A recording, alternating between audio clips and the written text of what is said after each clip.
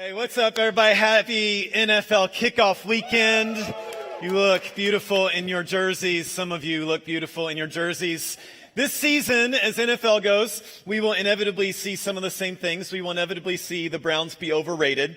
We will see the Steelers lose. We will see the Patriots win. That's just how it's going to be. I'm not advocating it. I'm just saying it's going to happen. And we will see the Ravens' playoff chances once again come down to the very last week of the season as we all sit on pins and needles like every year. We'll see some great plays that make the highlights, but then we'll also inevitably see some really boneheaded plays that make the highlights. And they'll say, "Come on, man," or "What were you thinking?" and all kinds of stuff that repeat these same plays over and over and get passed on Twitter and we all laugh at. Do you ever have facepalm moments like that? Where you look back and think, duh, what was I thinking?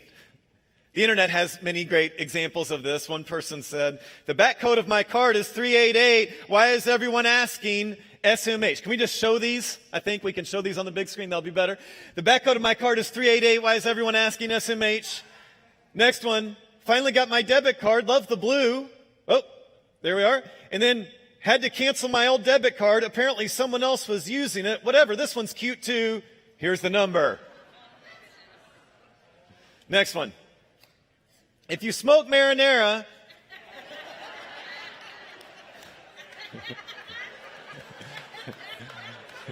somebody's smoking something, that's all I'm saying.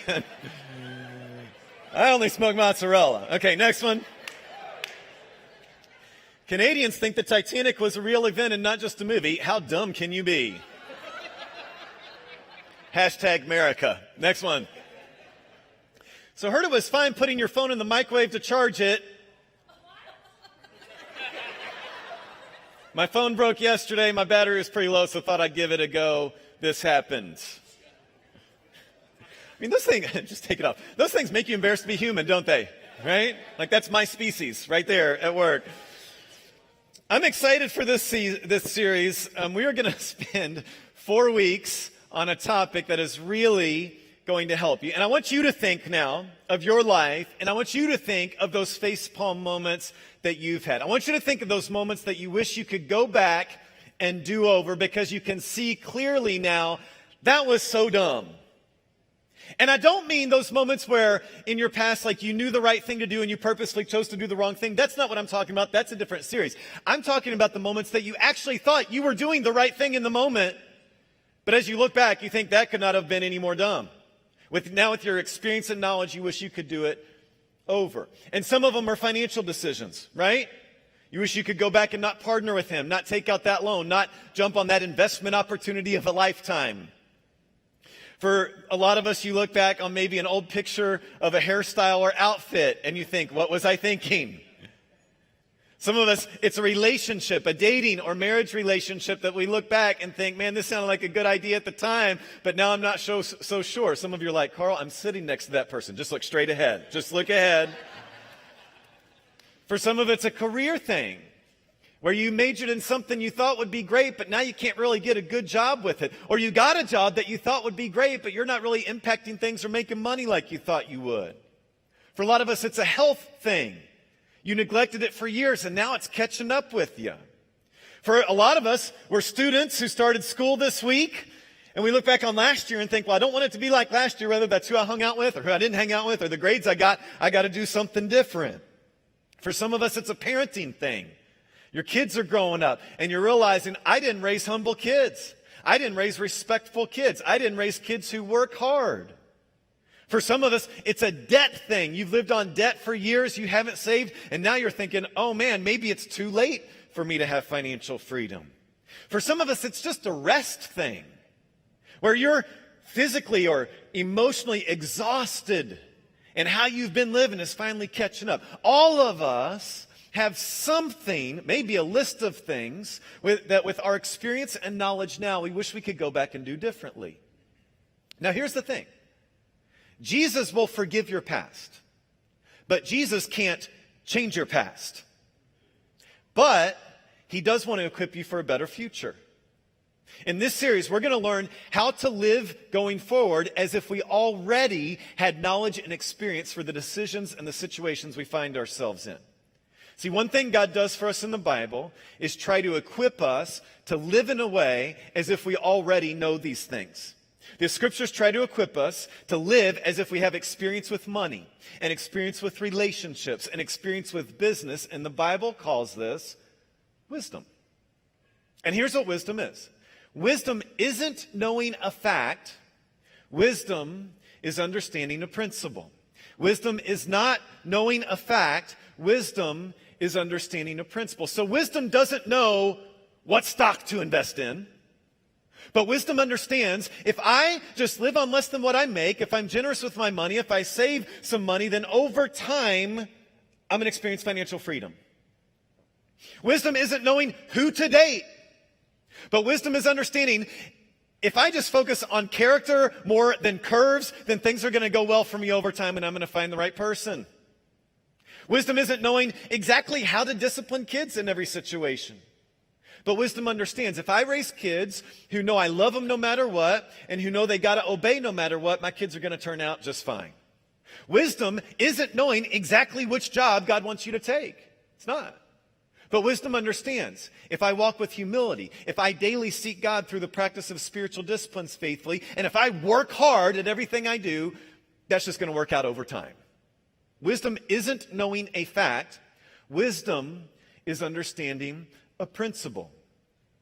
And think back to your thing. Think back to what you did without wisdom. People who have wisdom experience less heartache.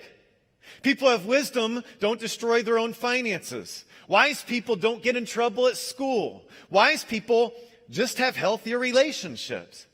And when you look at them, you can't really point to any, one thing they did to get there.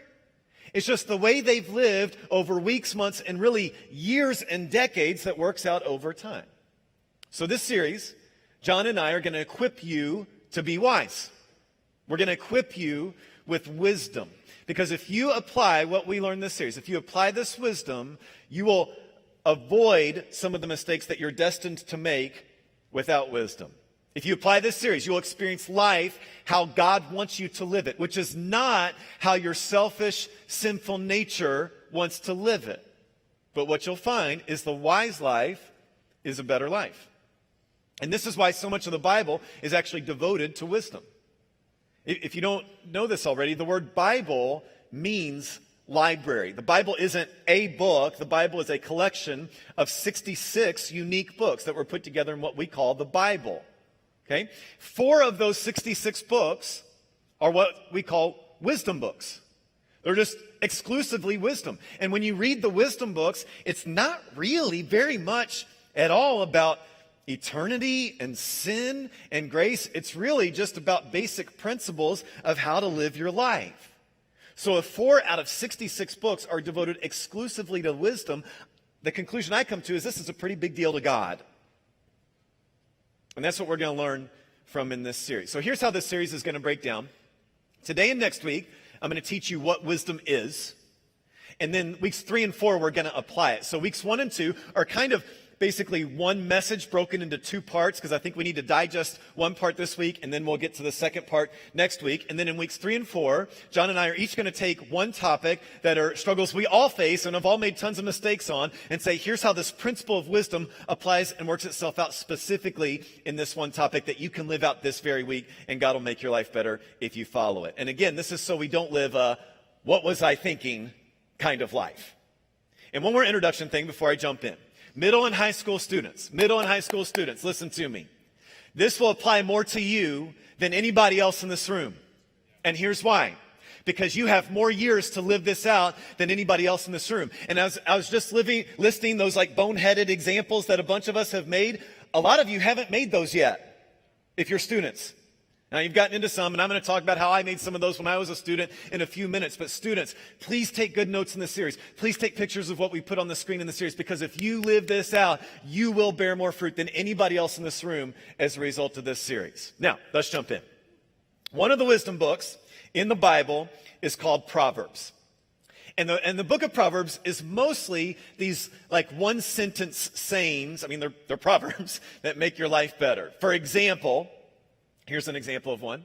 A nagging spouse is like the drip, drip, drip of a leaky faucet. You can't turn it off, and you can't get away from it. There's a whole lot of people that want to laugh at that, but they're scared too right now. That's funny. Most of Proverbs is like that. Like, here's just something that's true.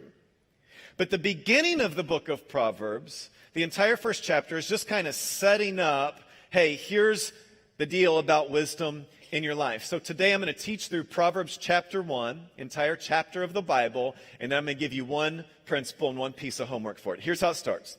These are the Proverbs of Solomon, David's son, king of Israel, meaning this is who wrote it. Their purpose is to teach people, there it is, wisdom and discipline, to help them understand the insights of the wise. Their purpose is to teach people to live disciplined and successful lives, to help them do what is right, just, and fair. So, if you want to be successful, if you want to be just in how you live, he says this is for you. Verse 10, my child, if sinners entice you, turn your back on them. They may say, come and join us. Let's hide and kill someone. Just for fun, let's ambush the innocent. We'll all share the loot. And wisdom says, my child, don't go along with them. Stay far away from their paths. If a bird sees a trap being set, it knows to stay away. But these people set an ambush for themselves. They're trying to get themselves killed. Translation, a lot of people in life are going to ask you to do a lot of stupid stuff. Don't listen to them. You'll get yourself in trouble. Wisdom shouts in the streets. Look at all the places. She cries out in the public square. She calls to the crowds along the main street, to those gathered in front of the city gate. Meaning, wisdom is available. Wisdom is for everybody. Wisdom doesn't discriminate. Anybody can have it, and it's out there waiting for you. Now, somebody did ask, why throughout the Bible is wisdom always described as a woman? Don't ask that question. Verse 22. Easy. How long, you simpletons, will you insist on being simple-minded? Another translation says, how long, you naive ones? Another translation says, how long will you love your ignorance? Here's my favorite, though. How much longer will you enjoy being stupid fools? Come and listen to my counsel. Wisdom's calling. I'll share my heart with you and make you wise. I called to you so often, but you wouldn't come. I reached out to you, but you paid no attention. Meaning this isn't new information. You ignored my advice. So I'll laugh when you're in trouble. I'll mock when disaster overtakes you. When calamity overtakes you like a storm and anguish and distress overwhelm you. When they cry for help, I will not answer. Now, this isn't saying God doesn't answer in your time of need. It's saying it's too late in your time of need for wisdom to prevent the consequences of what you've already chosen in ignoring her. Though they anxiously search for me, they will not find me. Here's what this means.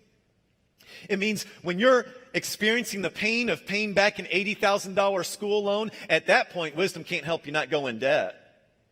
When the teacher's passing out the test, at that point, wisdom can't help you study. When you're lining up for the game-winning free throw, at that point, wisdom can't help you practice. When you're sitting in front of the judge or when the cops pulled you over, wisdom can't help you not drink and drive at that point. I'll say it this way. God never says, follow my instructions or I'll smack you in the face. Wisdom says, if you don't follow my instructions, you're going to smack yourself in the face. And now the chapter just becomes kind of a lament. Wisdom says, for they hated my knowledge and chose not to fear the Lord. They rejected my advice and paid no attention when I corrected them. Therefore, they must eat the bitter fruit of living their own way, choking on their own schemes. See, wisdom doesn't make you do that. God doesn't make you do that. It's just the natural result of what you chose to do. Now, time out real quick. Let's be clear. This isn't saying every bad thing that happens to you is your fault. What it's saying is everything that happens to you Because you chose to neglect wisdom, those things are your fault. Verse 32, for simpletons turn away from me to death. Fools are destroyed by their own complacency. Another translation says it this way: inexperienced people die because they reject wisdom. Stupid people are destroyed by their own lack of concern. Now, this chapter is really depressing so far. And the reason it's so depressing is we've all been there. We've all sat in front of the judge or in front of the principal or staring at the pregnancy test or going over the bills or sitting in front of a divorce lawyer, and we thought, what was I thinking? How could I have been so stupid? But the reason we're doing this series and the reason this passage of Scripture is so important is here's how it ends, with hope. But all who listen to me will live in peace. Meaning you can prevent that feeling from happening again. So it says, listen to wisdom. So if you want peace, if you want a life without the stupid drama, if you want a life where you manage money instead of money managing you, if you just don't want to worry about the stupid stuff of life, if you don't want to get in a trap of your own making, then listen to wisdom. So what I want to do today is give you part one of what wisdom is. We'll do part two next week. You can't have one without the other. Here's the first thing to understand. Write it down or take a picture. Wisdom is seeing patterns. Wisdom is seeing patterns. And the ... means we're going to add to it next week. But I want you to say this with me. 1, 2, 3, go. Wisdom is seeing patterns. That's good. Do it one more time. 1, 2, 3, go. Wisdom is seeing patterns. That's right. Wisdom is seeing patterns. Life works in patterns. Let me show you. Give me my prop here. Woo, caught it. I got some tennis balls here. You always got to do that. Here you go. Here you go. If I take this ball and drop it, it's not going to fly and hit you in the face. At least I don't think it is. I mean, it could. If I drop this ball, it's not going to float away. If I drop this ball, it's not going to just kind of go that way. It's going to bounce back up to me. Every single time, if I drop a ball, it's going to bounce back up to me. How do I know that? Because wisdom is seeing patterns. And I've seen this pattern 10,000 times in my life, where I've dropped a ball of any different kind, and every single time, it's funny, the ball does the exact same thing. When I drop a ball, it bounces right back up at me. Isn't that amazing?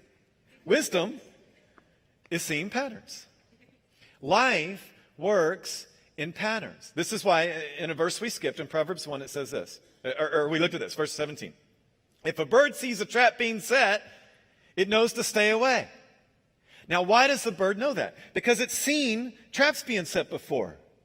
And it realized, every time that thing happens and a bird goes over there, the same thing happens. So when a bird sees a trap being set, it knows, I think I should stay away from that. Because life works in patterns. So I want to see patterns in others. Because I can see patterns in my life and learn from my experience. That's fine. That's not the best kind of wisdom. The best kind of wisdom learns from the lives of others. Best kind of wisdom doesn't learn from my mistakes, it learns from your mistakes. Now here's the verse we skipped. My child, listen when your father corrects you.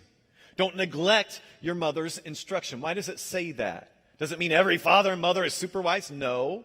But it does mean every father and mother has seen a couple things in life that are patterns. When this happens every time. So every father and mother, just because they're older, has some level of wisdom. Sometimes when one of my kids gets in trouble, I'll pull the other 3 over to me. I'll say, hey, listen, see what's happening right over there?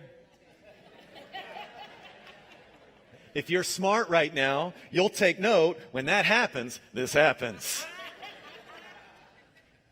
I read this book several years ago that demonstrated this. Robert Kiyosaki talked about how when he was growing up, he had his biological dad that he was obviously around a lot, but he also had his best friend's dad that he was around a lot. And he noticed that they handled money very differently, his biological dad and his best friend's dad. And in his household, his dad said, we're not allowed to say we can't afford stuff. And he thought that was good. We're not going to act like we're poor. But his best friend's dad always said, we can't afford that. And he thought, that's so striking, the difference. But as he grew up into teenager and then adulthood, he realized his best friend's dad had handled money in a way that made him extremely wealthy, and his biological dad handled money in a way that he was just poor and scraping by and living in debt his entire life. And he went on to learn these principles, live them out. Then he realized they were so powerful, he began teaching them. Then he wrote a book called Rich Dad, Poor Dad that has sold millions of copies because he said, hey, I saw the same thing happen over and over. My dad did this, and this happened every time. And this other guy did this, and it happened every single time. There's a pattern. And you can learn patterns from your life, or the less painful way is to see patterns in the lives of others. With money, Dave Ramsey calls learning patterns from your life stupid tax.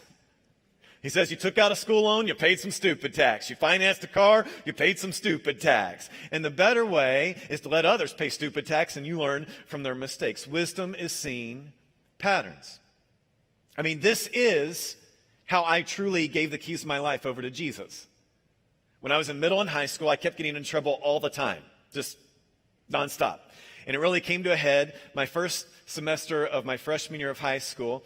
3 successive months. I've told you all these stories before. One month I got suspended from school for having a firework on school property. They called it a bomb. It wasn't a bomb, it was a firework. Then the next month, I'm the pastor. The next month, I got caught driving my parents' car when I was too young to have a learner's permit. And then the next month after that, I got suspended from school again for fighting, which really meant I picked a fight with the biggest guy on the football team. And we'll just say it didn't go well, and that's all we'll say about that. But I was grounded a whole lot over Christmas break. And, winter break.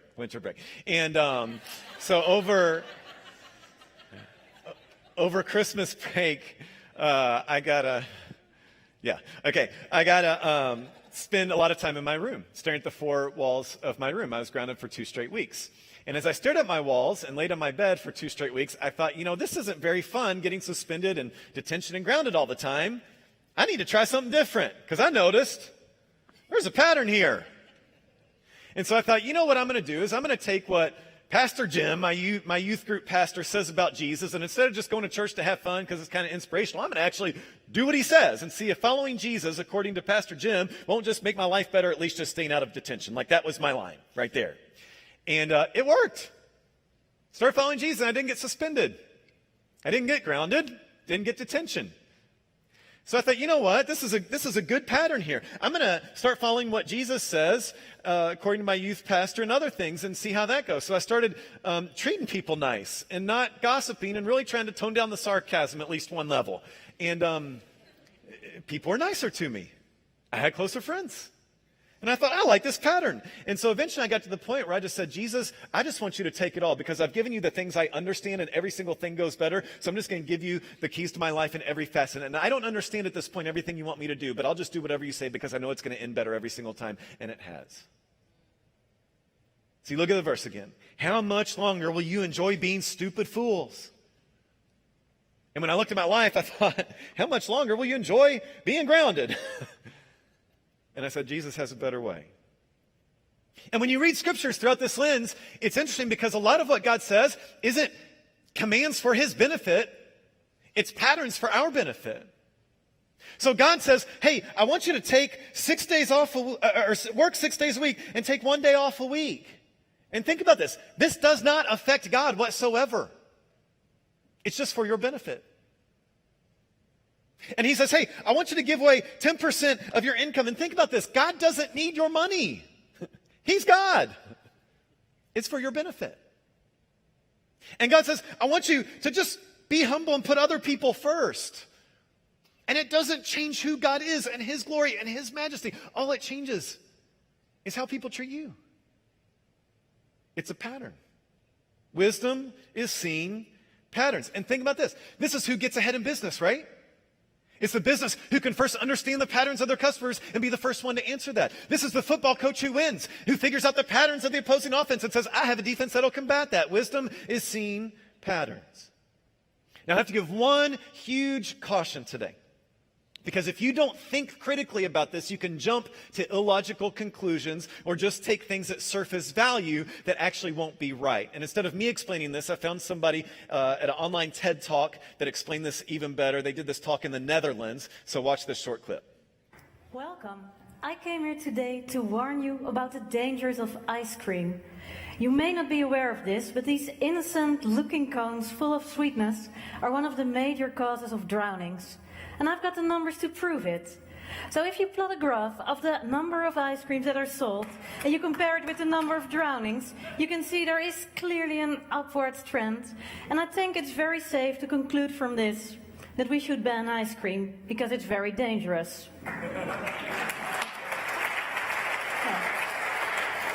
Since you are all smart people, you've probably figured out there's something wrong with my example. What's really happening here is, of course, that there is an underlying factor, which is nice weather, you might have guessed it.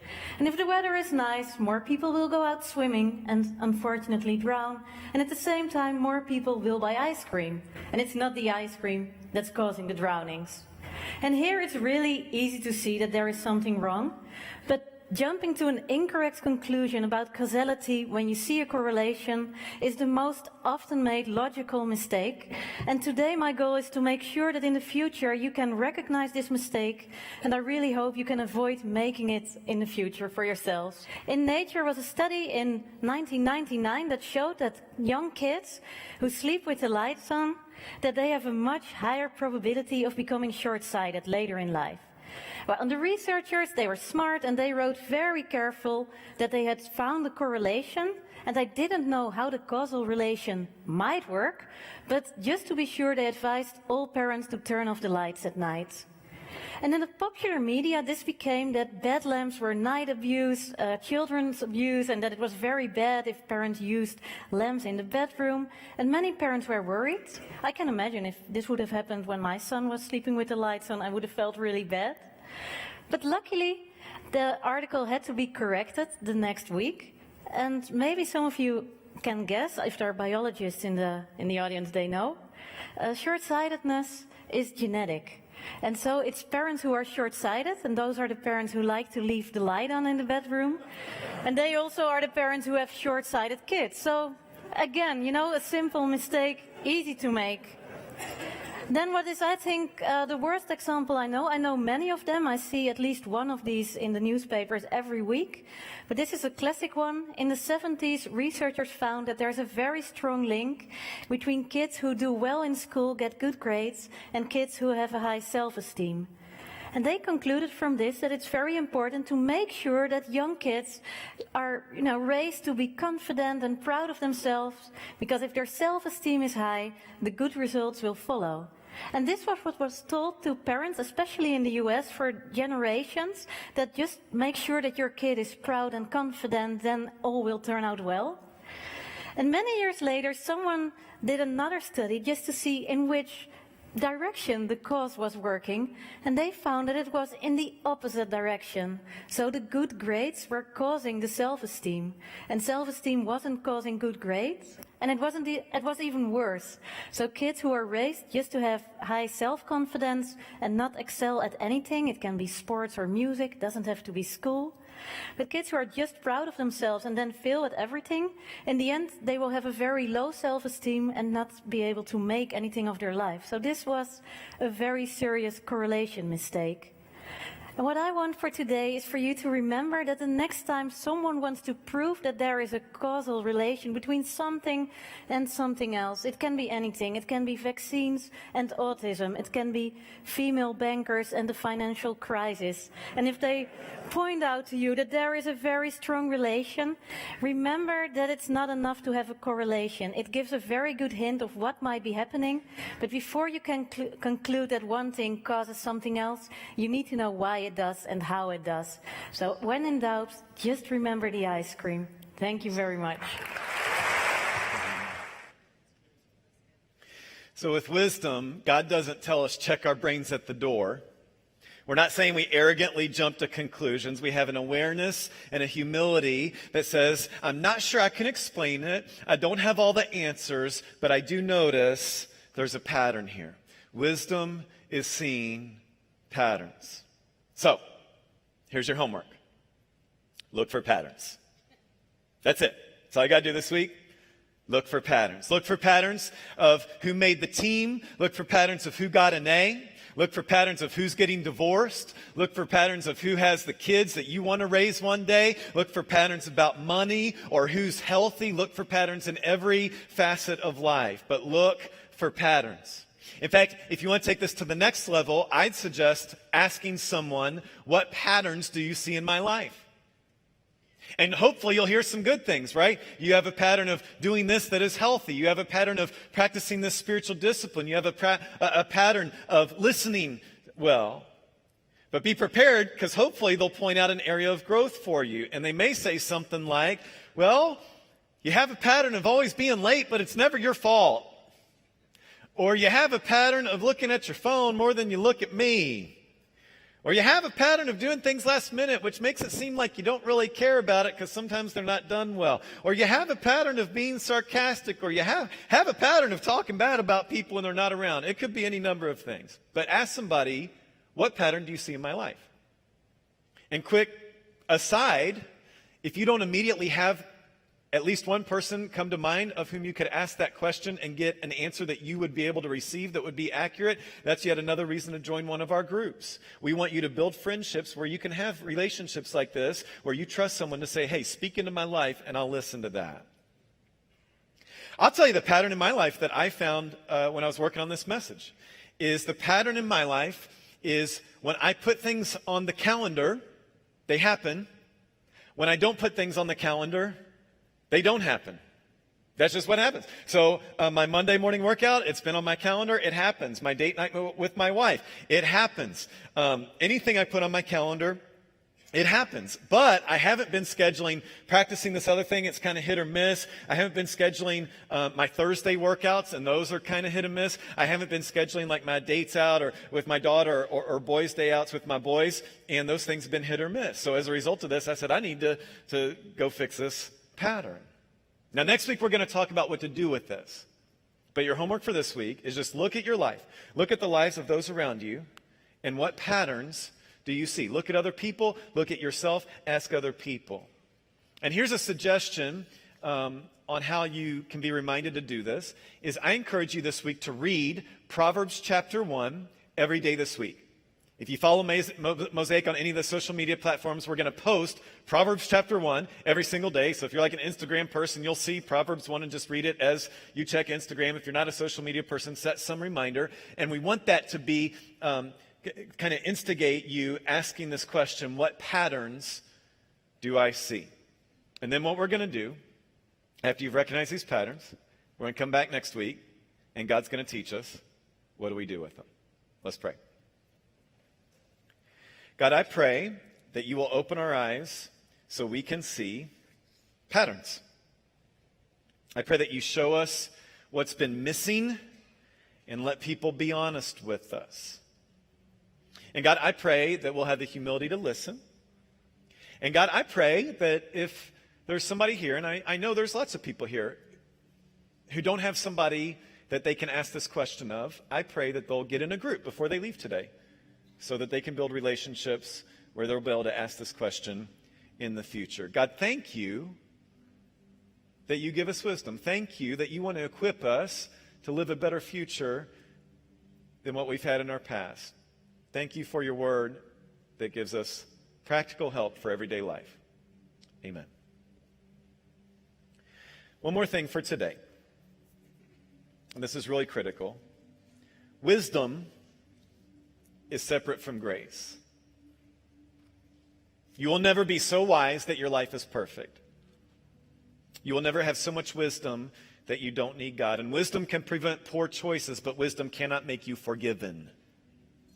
Wisdom can make you successful, but it cannot give you grace. The only thing that can forgive you is the grace of Jesus. And Jesus died on the cross to pay for my sin. And sin is my deliberate rebellion, not my accidental mistakes. So I've heard it explained like this. There's two deals on the table. I can be perfect, or I can let Jesus forgive me and make me perfect. And what those of us who follow Jesus have recognized is the wisest thing we could ever do is throw ourselves at the feet of Jesus and give our lives to him and say, Jesus, give us grace. And if you need to do that, I want you to check the baptism box on your connection card. Because here's what's going to happen this week. As you're looking for patterns, if you're honest and self-aware, your pattern in yourself is doing things you despise. And the pattern you will see in yourself is selfishness and rebellion. But Jesus gives us wisdom because he doesn't want us making the same dumb choices, and he gives us grace because he knows you cannot be perfect. So this week of reflection, it's not like beat myself up week or week to get depressed. It's meant to be a learning week, a growing week. But this moment right here is a refreshing moment because it's where we're reminded, yes, I do things I despise. Yes, I do things I hate. Yes, I do things that are selfish. Yes, I choose to mess up over and over again, but every single time Jesus gives me grace. So if your life's been horrible this week, you have grace in this moment. And if you don't know what to do next, Jesus' grace has you.